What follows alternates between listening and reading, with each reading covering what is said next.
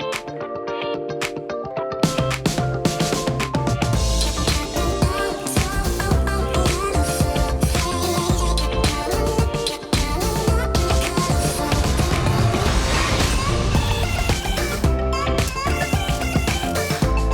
morning, everyone, and welcome to Season 2 of Thrill of the Chase, backed by what we like to say is popular demand, but back at a very, very good time in greyhound racing as well. It is peak season. We have a lot to get through in today's first show as well. I'll start with Molly Haynes to my left from Greyhound Racing Victoria. Molly, good morning to you. And, well, it would be fair to say that a bit has changed for you in the last 12 months, hasn't it?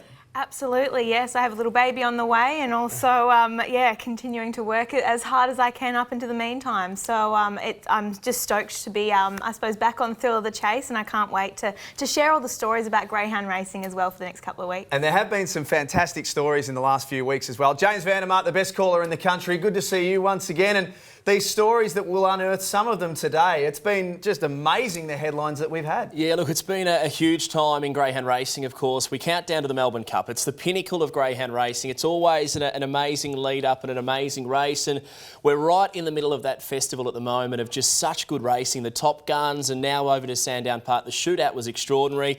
I'm now a proud dad as well. Yes. Little Sonny will be tuning in at home, so hello to you, Sonny. But no, look, it's extraordinary, mate. It's been a crazy 12 months and couldn't have wished for it to be any better. This is looking more and more like a creche all the time on Thrill of the Chase. Maybe it also means that we've grown up in the last 12 months. Maybe. Possibly. It had to happen eventually. Coming up on today's show, plenty to get through. Rob Britton will join us a little bit later on. We'll also talk to Cal Greeno with the return of Houdini Boy today. Molly's Lounge, speak about being backed by popular demand. It is back as well. Trent Langscale from Tab will join us and a whole lot more. So don't go anywhere.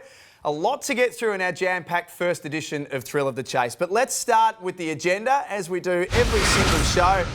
And we're going to start with the shootout. Thursday night at Sandown, a fantastic night. And for the Grenfell Kennel in particular, James, a wonderful night. It was a really big night. And this greyhound Tickalong Tonk, I mean, I must say as the race caller, I went in thinking, look, he's probably going to struggle in this field just because there was so much brilliance, so much strength. But he went to the front and he was just too good. He controlled the race. And not only did he control the race, he ran a new race record. And this is a race for greyhounds with extreme X factor. He set a new race record at 23.09. Interestingly enough, he was the longest price winner to ever win a shootout in its 23-year history. He was $6, I think, 30. Yeah. It was $6.20 for Silver Soul, a South Australian from memory, back in 2002. So to run the fastest and then be the longest priced, it was an upset.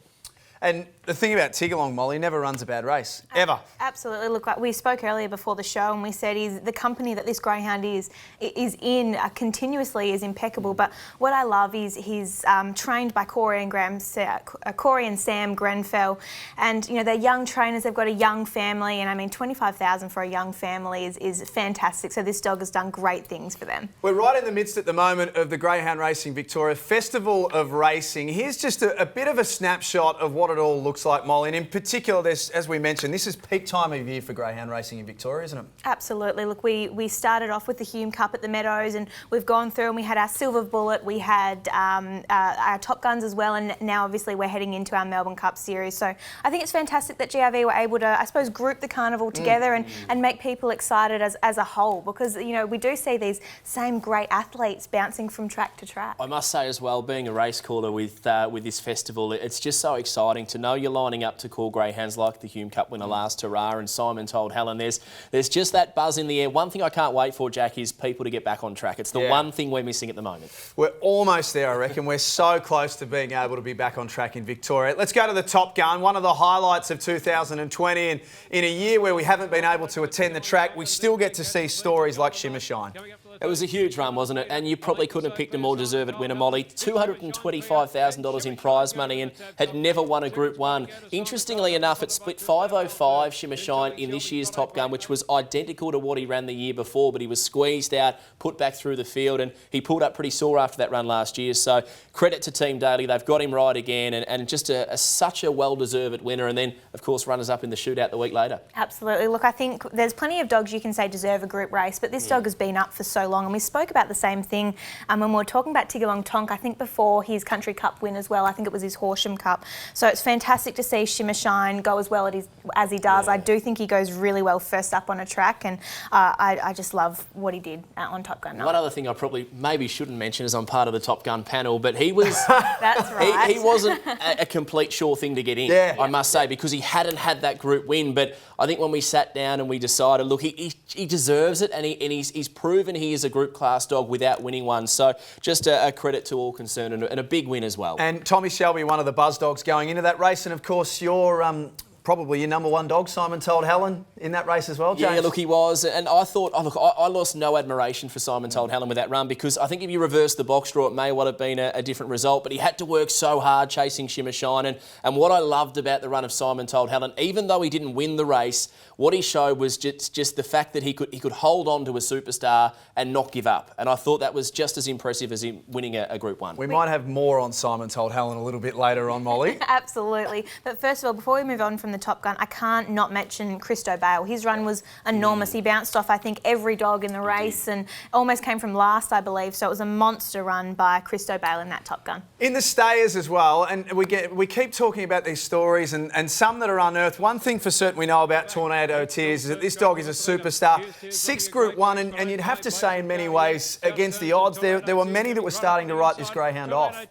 Yeah, they were. And look, he probably will change the way people potentially train greyhounds, and we'll have a chat to Robbie Britton about it in just a moment. But the way he got to a point in his career where his form had tapered off, and a lot of people love their greyhounds to go out on top. They don't like them dropping their form. They like them to go out on top, where he sort of lost a little bit of form, and the pressure went on Robbie Britton to potentially retire the dog. He thought, no, there's still time left in this dog. He can still get back to his best. And he hasn't just got back to his best, but he's now won a Group 1, a hand-picked Group 1. He's cracked the $1 million in prize money. He's won his last 3, I think it is, and he qualified for the Sydney Cup, winning before being scratched. He's in as good a form as ever. Absolutely. Look, he's just a phenomenal old dog, and I think although when we just saw the replay before, he did get that run to allow him to sit on the rail and jump up through, but the thing is you have to be talented enough to do that. And one thing I found with the great speed maps on there, the kilometres per hour, Tornado Tears was actually going just slightly bit faster than the sprint race. So he was going 57.8 kilometres as he was hitting the line, where the other greyhounds were all decelerating outside of that field. So I thought that was a fantastic addition by the Meadows, making sure we've got those speeds to watch these greyhounds, because I think I expected, I don't know whether you did, James, I expected the sprinters to be going faster than what the stayers would. He's a very special dog though, Tornado Tears, and that last 100 metres over 700, to be running home quicker than a Group 1 500 metre field, it's extraordinary.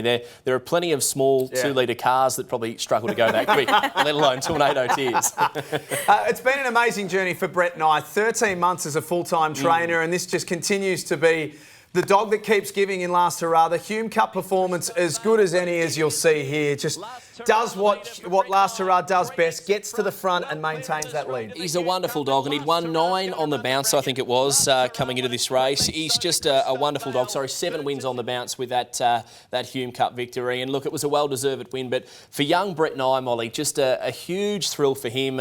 He's only been training for about 12 months, I think it is, and I always make the joke that his time of year is a little bit later on, around New Year's Eve, because of the name NYE, Brett and I. But no, look, he's a terrific young trainer. And I actually made a statement in regards to him last year, and I said it won't be long before he wins a group race, because he's so committed, he loves his dogs, and I think that's a huge asset to have, and just committed to his dogs to get them to perform to their best, and well done to him and Jimmy as well, his grandpa. It was touching to see them together after the win, because Jimmy Saylor, he was almost crying. It was that emotional for him. Absolutely. I think what some people forget too, when you're going through, and I think you would experience it with your dad too, I know just the conversations that you get to have, like, Dad and I, when we do have our general chats on the phone, it's about the dogs and about how they're going, and I think that's what's so special when you bring in the family relationship, and I'm just, it almost makes me, I suppose, jealous to see, in person, the connection between, your grandparents and your grandson. So it was just fantastic to see that success from Brett and I, and what a guy too. He's just a genuine fella, so I think that makes it even better. A couple of other big races from recent times to take a look at. Let's go to the Silver Bullet next, and We talk about greyhounds that achieve wonderful things. Check out Hardstyle Rico here, James. Breathtaking performance. It was a breathtaking performance, and he was one right on the cusp of getting a run in the Top Gun, and unfortunately for Connections, he turned his form probably the week after the Top Gun fields were drawn. He went to the Provincials at Warragul, he smashed a field there, and then he came out and won that silver bullet against Simon Told Helen, against Dr. Tucker, against a lot of the real stars, and that could easily be a Group 1, that silver bullet field. His time, 29.46, I think would be the quickest we've seen around the Meadows in a very, very long time. So if he gets the jump right, he gets clear air, he's as fast as any greyhound in the country. It didn't go right for him in the shootout, but you'd have to expect he'll bounce back come Melbourne Cup time. I do feel, however, Molly, that he might just be a little bit better at the Meadows than he is at Sandown Park. Yeah, absolutely. I think he does enjoy that bit of extra room as well in his run. He's a strong dog, and he did showcase that in that silver bullet. But what I love as well, same with Corey and Sam Grenfell, is Lucky and his wife are also, young trainers. They've got a young family themselves, and this extra money. It's what greyhound racing's about. It's the family involvement, and it just puts a big smile on your face. Well, mine anyway. And a lot of us as well. Let's go back to Wentworth Park from last month as well. While we're on a roll and taking a look at some of the main races of recent times, and this was a big win for Tasmania, Molly, with Handsome Prince. Absolutely. He was kind of the forgotten dog in this race, to tell you the truth. I think there were so many big names when we spoke about the $1 Million Chase, your Tommy Shelbys and whatnot, but all of a sudden he came from nowhere, and for Peter Lagogiani to win $2 million chases, it's funny, the only kind of reason I realised that it was Peter Lagogiani's dog is because when I saw Pete jumping up and down, I didn't recognise him at first, and I thought, gosh, this celebration looks familiar, and then when they announced Pete Lagogiani on the screens, I was like, that's why I have seen it before. Well, the Handsome Prince run was an amazing one. James is at the ANALYSER and really wanted to pull this race apart in detail. James, tell us what you saw from this Tasmanian superstar. Yeah, look, it's an interesting runner, Handsome Prince, because he was purchased, he came from Tasmania, his form was good.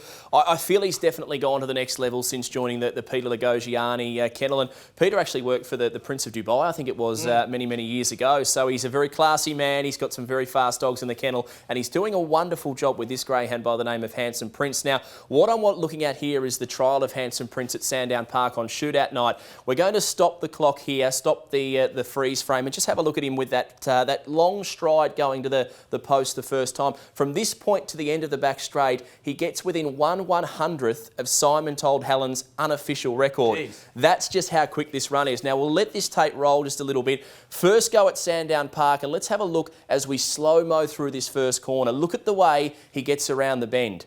He handles it like he's been there 10, 20, 50, 700 times before. He's an expert, this greyhound. He's all class. He rips down the back straight here. So he went 5.08 to the first peg, down the back in 18.49. That's so fast. That turn of foot is extraordinary, and he showed he can push Simon Told Helen. He's proven he's as quick as Fernando Bale between those marks, maybe even a bit quicker. He strides out, he goes 29.13. If that wasn't a Melbourne Cup trial, I'm not sure what is. That is just about flawless, that trial. And as we get closer and closer to the Melbourne Cup, it's worth keeping an eye on that greyhound as well. James, very nice work from you. The ANALYSER's back, and back with a vengeance for 2020 as well. Let's go behind the boxes. We highlight some of the great races and some of the great performances within greyhound racing, but there's so much more, Molly, and there's one in particular here that's caught your eye. Absolutely. Now, I've come across a greyhound by the name of Snickers, or Well Grounded, as people may know, or punters may know him. Now, he's trained by Matt Lanigan in Anarchy. And one thing, greyhounds don't necessarily sit, but how's about Snickers sitting on command? Angela Langton, his breeder, did tell me that he used to do that as a 3-month-old pup, so good work there. Now, Snickers has let himself out of the kennel, and he's now putting himself on the walking machine, all on his own. He's ready for his 15-minute power walk. I just think it shows how much these greyhounds enjoy it. This dog always has I was about to say a smile on his face, but a wag in his tail as well. He's just a pleasure to be around. And I think it's great seeing little things like that. You can just see his little tongue there as he jumped on. He's so proud of himself. And Matty Lanigan does a terrific job with his dogs as well. So great to see Snickers. He's becoming world famous with his skills, not just on the track, but also off the track. What have you found from the last couple of weeks, James? Yeah, this is a little bit older, this one, but because we've been in lockdown, I thought I'd bring this one out. It's the Sandown Park Veterinary Clinic. Now, what they did, they ran a little race called the Pup Cup at Sandown Park, and it's a whole bunch of little chihuahuas. They did everything. They went over the vet's table, and here they go. Look how quick they are.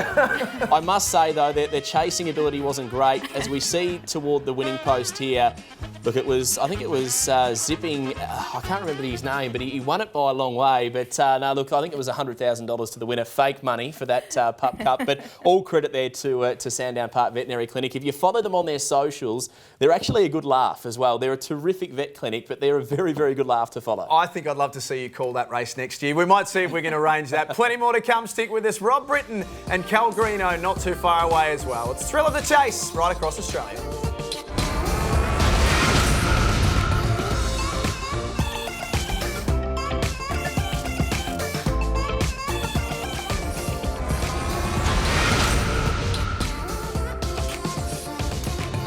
Thanks for being with us this morning on Thrill of the Chase. Wonderful to be with you as we build up towards the next couple of weeks. It's an enormous time in greyhound racing. We've spoken about some of the huge performances over the past few weeks, but the performance of Tornado Tears, well, that caught us all because this greyhound is the gift that keeps giving, just performing at group level. And I'm sure that Rob Britton, the trainer of Tornado Tears, would be a very, very happy man. Rob, welcome back to Thrill of the Chase. Thanks for being with us. Yeah, thanks, Jack. You must have been so proud. I know how much you love this dog. You love all of your dogs, obviously, but this dog's very, very special. Absolutely. You get a real thrill with it, winning with an old dog. They sort of, they're in their second career, really, because you don't expect them to last this long. So he's just been a wonderful old dog for us. And he's a sound as a bell at the moment, so I can't see why he shouldn't continue further. Yeah, let's recap the Top Gun Stayers win because this is just an extraordinary win, Rob. Cracking the $1 million in prize money. Gave them a little bit of a head start, but in typical Tornado Tears style, he was able to ramp it up along the rail, get the run and just sprint away. He's a wonderful animal, isn't he? He certainly is. Look, he had a dream run in the race in that just terms, you can see the red in front of him. It drove him right into the race because he won't leave the fence at any stage. And the fact that she was going forward really well, it drove him right into the race. So, and then she moved off a bit, and he blew the George Moore's whistle, and away he went. But look, he's racing as well as ever, but his habits aren't as great as always. So he's not going to win every week, but I'm very happy the way he's going. Now, Robert, Tornado Tears is, we all know how much we love him within our sport, but outside of greyhound racing, there's also the Geelong Addy. They run a story about their $1 million man. They've really got behind this greyhound as well. Is it, I suppose, extra special that you're able to get that outside attention from, I suppose, a newspaper like the Geelong Addy for your dog? Yeah, look, it's good for the sport and good for the public to realise that dogs can actually make that sort of money. It promotes the game. I personally try to block that sort of thing out and just look from week to week and make sure the dog's right, because the more you look at trying to get to that, you can be disappointed more than you're excited. So I try to block that out and leave that for the publicity and for the sport. I've got two quick questions for you here, Rob. We'll chat about the Bold Trees in just a moment, but it's not all about the money, of course. It is about the welfare of the great man, Tornado Tears, the great dog himself. But when it came to the Sydney Cup, you'd drawn pretty well in the final. He'd raced really well to win his heat. It must have been a pretty tough decision to scratch him when you knew if he won the Sydney Cup, in which his brother ended up winning, his younger brother, Here's Tears, he would have cracked the $1 million back then. Yeah, look, I was terribly disappointed. He tore a back pad. I had the benefit of hindsight because he did the same thing last year, and I ran him thinking that it wouldn't affect him, and it did. And I kicked myself for running him then, so I would never do it again. But so I had no hesitation but to scratch him. Can the old boy win the Bold Trees again? Of course, he was victorious last year. Can he go back to back? Oh, look, I think that he's a great chance in an even race. At the moment, I would say that the staying ranks are probably not as great as they've been for, in past years. So, but he'll need luck in running. He won't, as I said before, he won't leave the fence. And if the run comes, he'll be there somewhere. But again, there'll be a new kid on the block come up shortly. So we just got to take on all challenges. And Rob, I guess in closing, and James kind of touched on this as well, that it's very much a case now of week by week, month by month with this greyhound, isn't it? Yeah, absolutely. And it usually is always. But when he's like a 35-year-old footballer, there may be a time comes where he'll twinge a hamstring or something like that. But at this stage, he's sound, so I'll just take him slowly. We won't over-race him, and we'll just put him in the feature races as they come along. And hopefully there's more group success to come. Rob, thanks as always. It's great to have you on the show once again, and long may this journey with Tornado Tears continue. Thanks, Jack. Thanks, guys. Rob Britton joining us, just a star, and as I mentioned in the intro, the gift that keeps giving this greyhound. He's a master trainer, isn't he, Robbie Britton? And he just does so well with the stayers in particular. He does well with all of his greyhounds, but to have had 2 greyhounds crack $1 million, and I've said it on radio a few times through the week, he's done it not by winning $1 million chase, he's done it the tradesman's way. He's had to pick the right races throughout a long period of time, and just a complete credit to him as a trainer. Absolutely, and he's obviously had Fantabale as well in his care, and I just think Robbie's the kind of person you sit down and you listen to what he has to say. He's a great mentor, and he has been from when I first moved over from Western Australia after working under his sister Linda. I think he's a great man, and I think anyone who has the opportunity to sit down and listen to what Rob has to say, I think should really take on board, because he's just a great man. From one star of the sport to another, Houdini Boy, what does it all look like? We haven't seen Houdini Boy racing for a little while. We thought it would be a great chance to get an update. Cal Greeno joins us this morning on Thrill of the Chase. Cal, good morning. Thanks for being with us. Yeah, good morning, Jack. Houdini Boy in today, which is great to see.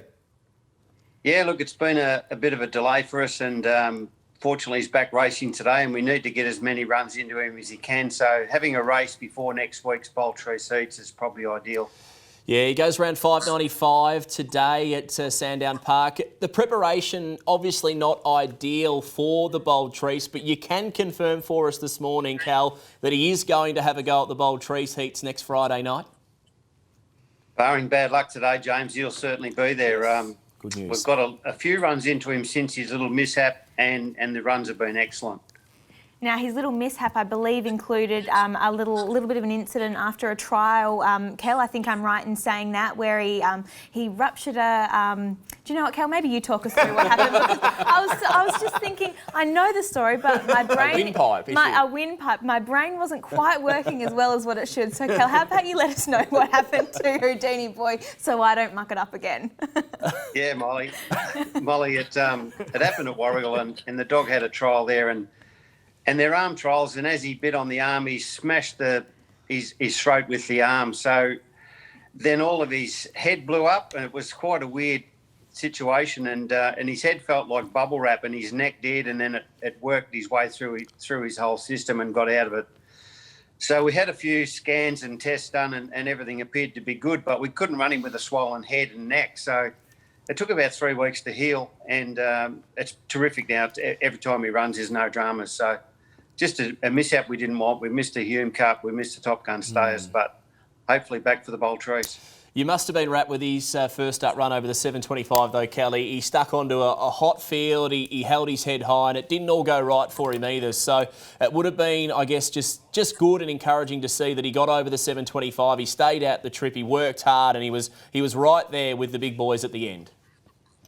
Yeah, I think so, James. I think the fact that he sort of got held out of the race early and probably lost maybe 8 lengths, and then still old Tornado Tears, it's pretty hard to beat at the best time. But, you know, you've got to do everything right to beat a dog like him, and things didn't go well during the race, but he still stayed it out very well. So that gave us the confidence to know that he would actually run out the 700.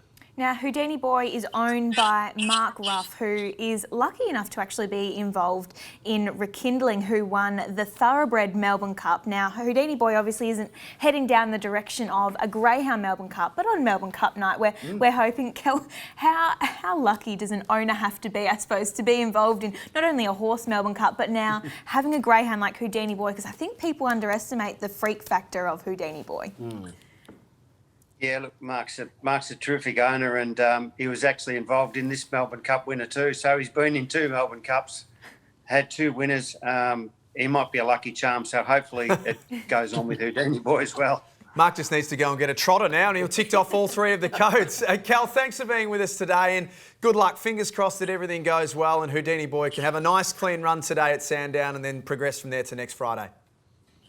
Thanks very much, Jack. Cal Greeno joining us on Thrill of the Chase. Backed by popular demand for 2020 is Molly's Lounge, and that is coming your way. On the other side of this, plus we talk about one of the greatest dogs in the sport, Simon Told Helen, here on Thrill of the Chase.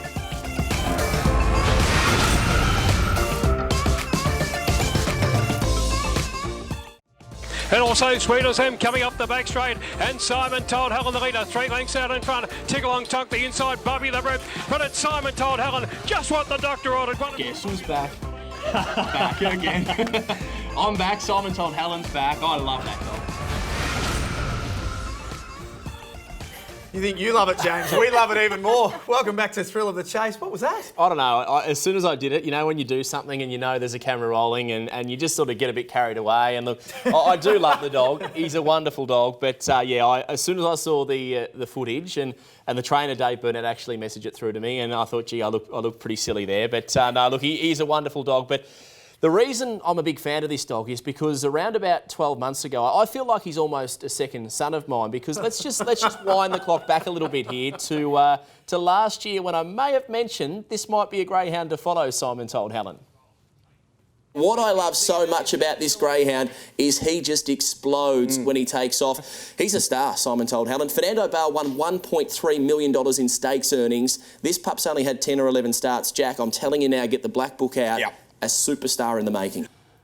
What more do I add to that? I mean, it was the black book out. He's earned $700,000. He's trying to his own grave. It's extraordinary. No, look, he's a wonderful dog, though, and I mean, it's so good in the sport to have these standout superstars, and when that's one thing I love about racing, because you can jump on the back of any greyhound, follow them from their first start, especially now with the Watchdog app. It's got all of the black book features, so you know exactly when they're running, and you almost feel like they're your own because you watch them every time they perform. And a huge credit to Dave Burnett to keep this dog sound, to keep him racing at the peak of his powers. And look, he's turned out to be exactly what we hoped he may well be. I think it's been a real best result. And look, if he can land the Melbourne Cup, he'll be the next greyhound to crack the $1 million.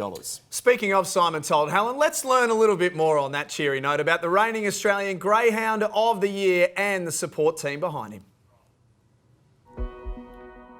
I was diagnosed with cancer in 2002. I was diagnosed with throat and went down to my stomach. Simon Crowley operated on me. After the operation, he came in and told my wife and I that he got it all. After all this, I put a proposition to him, asked him to go into a greyhound with me, and he asked me how much was it. And I told him $40 a month. He said, I'm in. We got involved with this initial pup and we got invited to a wedding, and the wedding happened to be a wedding of one of the owners. And my wife was suspicious, as wives often are. Why are we going to this wedding? I made some lame excuse, I think. And the minute we arrived at the reception, the first group of people I bumped into were the owners, and immediately they embraced the conversation of the dog's looking great or she's fantastic. And my wife grabbed me by my ear, took me outside and said, what are you not telling me? And I said, oh, I forgot to tell you I'm involved with a greyhound. About 6 months later, whenever you have to register and name the dog, I was rung and told that they'd called the dog Who Told Helen. And when we came to name the last litter of dogs, I was under a bit of pressure from Brian to cough up a name. And in the end, I thought, well, let's call it Simon Told Helen. And as you know, it's been a fantastic journey since then. And we've had the most wonderful dog who's Greyhound of the Year in Australasia. It's been fantastic. Well, I was hoping we'd have a good dog, and we got a good dog. And I'd hope he'd win some races for us. Well, he's won more than races for us. He's won us a lot. Simon Told Helen the leader, but little brother and kittlemate Who Told Stevie tries hard. Simon Told Helen in front and just gets home. Certainly makes it easy to get out of bed every morning when you know that you've got a terrific dog in the kennel that's going to be competitive in any race you put him in. And Simon Told Helen the nose, because he's got the Roman nose. Again, he's just the ultimate professional. He's got one mind. He just wants to race. Everything he does, you open the kennel door, he wants to go to the car to race. You pull up at the dog checkers or the vets, he's looking for the racetrack and the lure, and he just wants to chase and he wants to race. It'd be nice to top off a career with this dog to win a Melbourne Cup. It'd be super. This has been way beyond any expectations what we've had.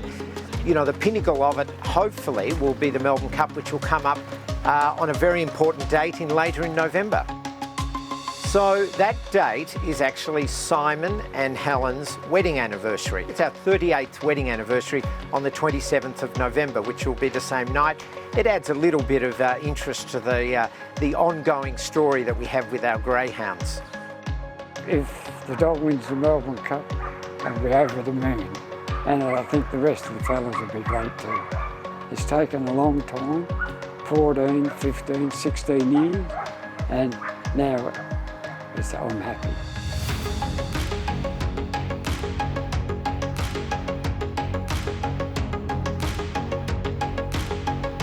The greyhound known as the Nose, Simon told Helen. What an amazing story it's been so far, from the breeding right the way through to the ownership story to Dave Burnett and his love of this greyhound as well. That completes the full circle of greyhound racing. I must say, I'm almost a little bit emotional about that story because he is such a special greyhound, and to hear the backstory, and even Brian Parsons as well, I mean, it is a beautiful story, and credit to all involved. As I've said a few times, I mean, he's one in a million, Simon told Helen, and I think, you know, once his racing career finishes and he goes on to become a stud dog, I think we're going to see a lot more Roman nose babies running around, and if he's half the dad he is as a race dog, I mean, he's going to make such an imprint on the future of greyhound racing. It's not too early to start to look at the Melbourne Cup, Molly. So let's take a look at a couple of the contenders in particular. Simon told Helen going to be very, very hard to beat, but it's probably worth starting with Aussie's Secret, I reckon, first up. Absolutely. Look, James and I tossed around Aussie's Secret and Immunity actually before, and the reason why I wanted to bring up Aussie's Secret is because when a trainer like Jason Thompson says that this greyhound is his best chance to win a Melbourne Cup this year, you sit down and you listen. Well, I do anyway. Maybe not so much you, but look, even though I think this greyhound ran 4th or 5th in a prelude on Thursday night, so he's not actually guaranteed a start in the Melbourne Cup heats on Friday night. But one thing that I do want to, remember is if he does, then and Jason's got that confidence in him, then I do as well. Look, he's a boom talent, I don't doubt that, and Robbie Bean, who owns him, he's done a terrific job with this litter because they are all really, really quick dogs. There's Gold Driller, Got the Talk, there's so many fast dogs in the litter. The only knock I have on him, and I'm not knocking the fact that I think he can win a Melbourne Cup, but he's going to have everything go right. He jumps out of the boxes and he wants to veer a little bit to the outside, and in a Melbourne Cup when the pressure's on, the whips are cracking, I'm just not sure you can get that space to move where he needs to. If he draws a good box, he gets the right run, yeah, he is definitely fast enough to win the Melbourne Cup. Can he win the Melbourne Cup? That's the other question. We'll learn more about the market very shortly from Trent Langscale. One other greyhound, and we could go through all of the major contenders, but the pride of WA, Tommy Shelby. There'll be people up early watching us in Western Australia today, or that might watch us a little bit later on. It's a juggernaut, this greyhound. Oh, he's a super greyhound. Molly being an adopted West Australian almost. You were born here, Molly, but then grew up in WA, now back here in Melbourne. Look, it is a wonderful story to have the best greyhound in WA here for the big racing, the Top Gun, and obviously continuing on to the Melbourne Cup. But are you a West Australian or a Victorian? What do you claim yourself as? Oh, can I depends who I'm talking to, actually. I suppose if I'm talking to we almost need to edit it out. So talking to the Victorian audience, yes, I'm a Victorian. If we're going to WA, yes, I'm a West Australian.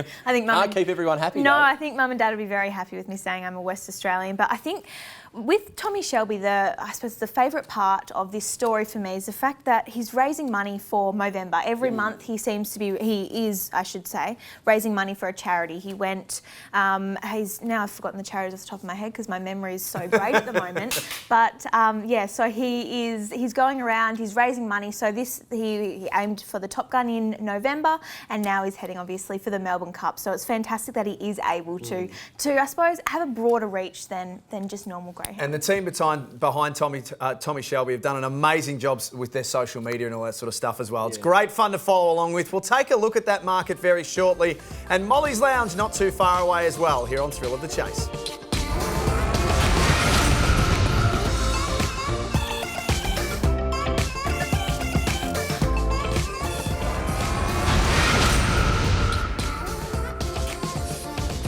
Thanks for being with us this morning on Thrill of the Chase. Very shortly we'll start to take a look at the market for the Melbourne Cup, and we'll start to really work our way into the main contenders, and who knows, like last year we might be able to tip you into a greyhound like Simon told Helen. But let's get to Molly's Lounge, and Molly, you've got a very, very special and very distinguished guest with you first up today. I sure do. I've got two guests. I've got GRV's CEO, Alan Clayton, and his beautiful dog, Zoe.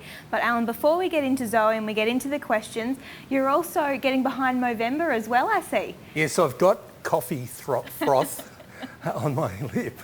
The staff got me into it with a bit of a challenge, but yeah, it'll be coming off straight after November.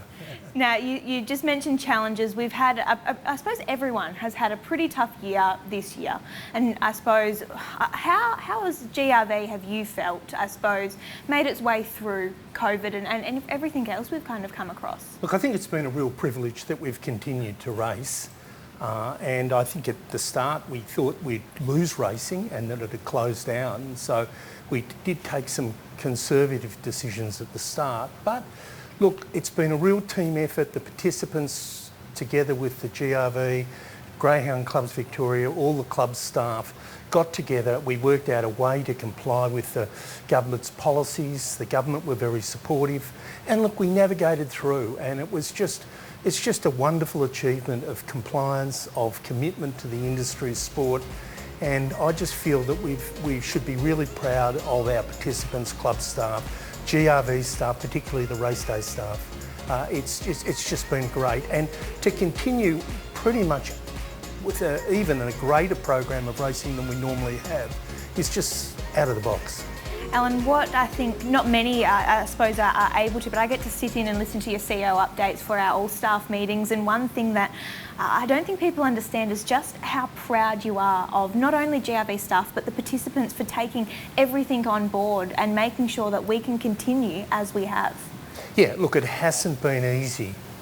Look, people are very anxious. Some people have lost their jobs. There's a lot of pressure in the community, and yet everyone's come together in a really good spirit and just supported racing, and we couldn't have done it without the group of participants we've got and the staff and the clubs and the club and GCV, the Greyhound Clubs Victoria. So I just feel that we've really bonded together through this period, and hopefully that culture can remain as we go forward. Absolutely. Now, Alan, you've got a tough gig at times, being the CEO of GRV, but what drives you? What is that driving force behind continuing to stick by greyhound racing here in Victoria? Yeah, look, I've just done 5 years, and I think it's been just a real labour of love for me. I've really enjoyed it. I think the idea of creating an improved regulatory framework and a new business model with an overarching priority to animal welfare. And that, I do love the dogs, and I do feel really blessed to be in the dog business at this stage of my career. Now, we know you love the dogs, Alan, especially your dog, Zoe. I wonder if we can get her to stand up. Can you stand up for us, Zoe? There we go. Now, Alan, your beautiful fawn greyhound Zoe, can you tell me how you originally got her? Yeah, look, I was at the office and I was walking down the corridor not noticing anything, and all of a sudden out of the blue this dog jumped up and kissed me on the cheek, and I looked at her and I said to Louise Martin, I wouldn't mind adopting a dog like Zoe. Zoe, be good. I wouldn't mind adopting a dog like Zoe. She's pretty challenging. And they said, oh look, she's going to someone else. And I said, well look, if she passed GAP, if she passes GAP, okay, but if she doesn't pass GAP, ring me. And so she didn't pass GAP, and I fostered her for 9 months, took her through with the little dogs that she was a little bit feisty with, and she passed. So she's been a really great companion, and she gets me up in the mornings and she gives me a kiss at night, and she's just been super special. Now, Alan, I have to agree. I've been lucky enough to watch your relationship with Zoe flourish. And for people who don't know, Zoe and Alan are literally joined at the hip. When we're in the GRV offices, which we obviously aren't now, but they were always together no matter what. So, Alan, thank you and Zoe so much for taking the time to come up and spend it with me on Molly's Lounge. And for our very first episode of Thrill of the Chase, we'll head back to Jack in the studio. Thanks, Molly. Thank you very much, Molly. Well done, Alan, and well done, Zoe, as well. You just never quite know how it's going to go when we bring a greyhound onto the set, but Zoe was sensationally well performed on that occasion. We'll talk Melbourne Cup up next. Trent Langscale from the Tab will join us, and we'll start to take a look at what that market looks like.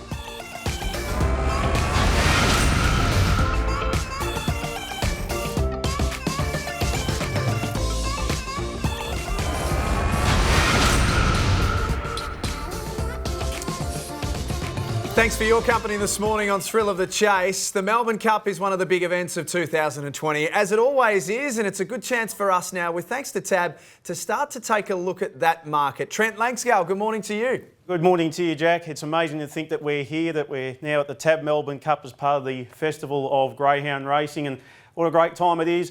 We mentioned 12 months ago when this market was up that Simon Told Helen was all of a sudden becoming an up-and-comer in the ranks, and we know that James was pretty happy about Simon Told Helen. Well, at this point, knowing that we're coming into the heats on Friday night, Simon Told Helen is currently the $6.50 favourite for the Tab Melbourne Cup as we await the heats on Friday night. Shimmer Shine, the winner of the Tab Top Gun, is a $7.50 second elect. You've got plenty of quality with Catch the Thief and Tommy Shelby. They're both at $10. And amongst those at the $17, you've got Dr. Tucker, who's come from nowhere in the last month, the winner of the Tab Great Chase, and also Handsome Prince, the winner of the Tab $1 Million Chase Grand Final there at Wentworth Park. And you've got greyhounds on the list. Hardstyle Rico at $17 as well. It just shows that there's plenty of quality in the Tab Melbourne Cup, and cannot wait for Friday night. It's a really open race, isn't it? And that even that market suggests that there's still a lot to learn after the heats, obviously. Yeah, look, I think the heats and then obviously the box draw is the real key to the Melbourne Cup. But there are a few long odds runners that I didn't mind, Molly. Zipping Albert currently at about $34. Rolling Stone, $51. Mr. Fix-It, who, Trent, you were just mentioning a moment ago, wasn't even in the market before his win Thursday night. He's $71. That's right. There's been time. We've been open since January on the Tab Melbourne Cup, and during the time we've been adding greyhounds as they've come through. We've had Shimmer Shine, Simon Told Helen, Hardstyle Rico. Those greyhounds have probably been in for the entirety of the market when it opened in January. Then all of a sudden you have a greyhound like Immunity, was $71 as late as September, and all of a sudden he's right in there. And there's other greyhounds, like I said, Dr. Tucker. We didn't know much about Dr. Tucker a month ago, went up $51, and all of a sudden a $17 chance. Well, the Houdini is the favourite for the Bold Trees. What's that market looking like? Well, it's a lot more open for the stays. You've got Houdini Boy, the $4.80 favourite for the Bold Trees. Once again, we're waiting for the heats on Friday night. Corburn Foot Trot, another one that's come out of nowhere at $5.50. Here's Tears at $7. And then you look even at $14 for Just Terms and Tornado Tears. Tornado Tears, an absolute marvel. Victorious last year. Was all of a sudden off the radar for a few months, and all of a sudden has come back into vogue with the wins in the Top Cat Video Cup and then that amazing effort in the Tab Top Gun Stayers. There's some juicy odds there, Trent, no doubt about that. Do us a favour and stay there. We're going to come back on the other side of this and we'll wrap up what's been a busy show with our best bets of the week. It's Thrill of the Chase. Thanks for being with us this morning.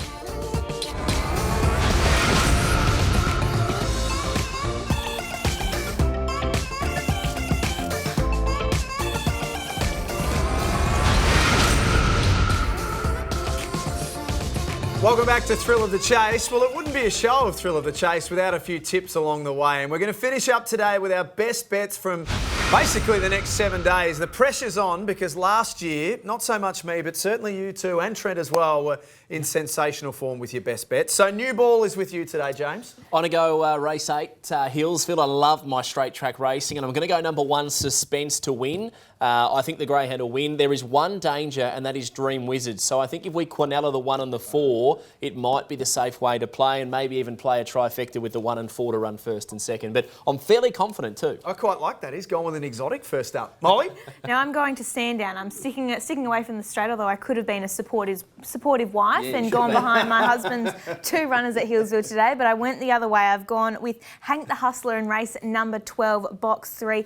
This greyhound I just think is too good for this field, to tell you the truth. He's come over from South Australia. He's practically on a Bold Trees, I suppose, pipeline there, so I do think he's just going to be too good for this field. Inside info there. Let's see what's happening there. Trent? Jack, I'm going to Sandown Park today. Race 8, number 3, Better Watch Out. Currently around the $3.30 mark with Tab Fixed Odds. Victorious in the last 3 starts and was a winner a couple of starts ago against Wallbanger, who was in the Tab $1 Million Chase Grand Final. Hopefully, Calgrino, one Hawthorn fan to another. Better Watch Out does the job in the 8th at Sandown Park today. Just hang on a second here. Race 8, number 3, did you say? I did. Well, I thought we'd try and make this a little more interesting then, because I'm race 8, number 1, Sovereign Win. I think this greyhound is really, really quick, and if it can jump cleanly, it wins. And it's a race named after our show today as well. So We've got a little bit of an individual duel. Do you want to have a little bottle of wine or something on this one, Trent? Might have to have some sort of side wager, absolutely. What happens if either of them don't win? Or we're not even thinking that far? Oh, well, one of us is winning. We don't think like that. We think like winners on this show. We don't think for any other result. Melbourne Cup not too far away as well. I'm really looking forward to it when we're back next week talking about the heats and hopefully some big performances in them too. Yeah, look, and of course, Houdini Boy, tune into that one. Make sure you download the Watchdog app as well. It really is a must-have. If you've got that, you've got all of the details with greyhound racing here in Victoria. You've got the Black Book, which is a great feature. You cannot go wrong. Molly, James, Trent, thank you all for being here this morning, and thanks to everyone for being with us as well. We'll be back next Sunday for another edition of Thrill of the Chase.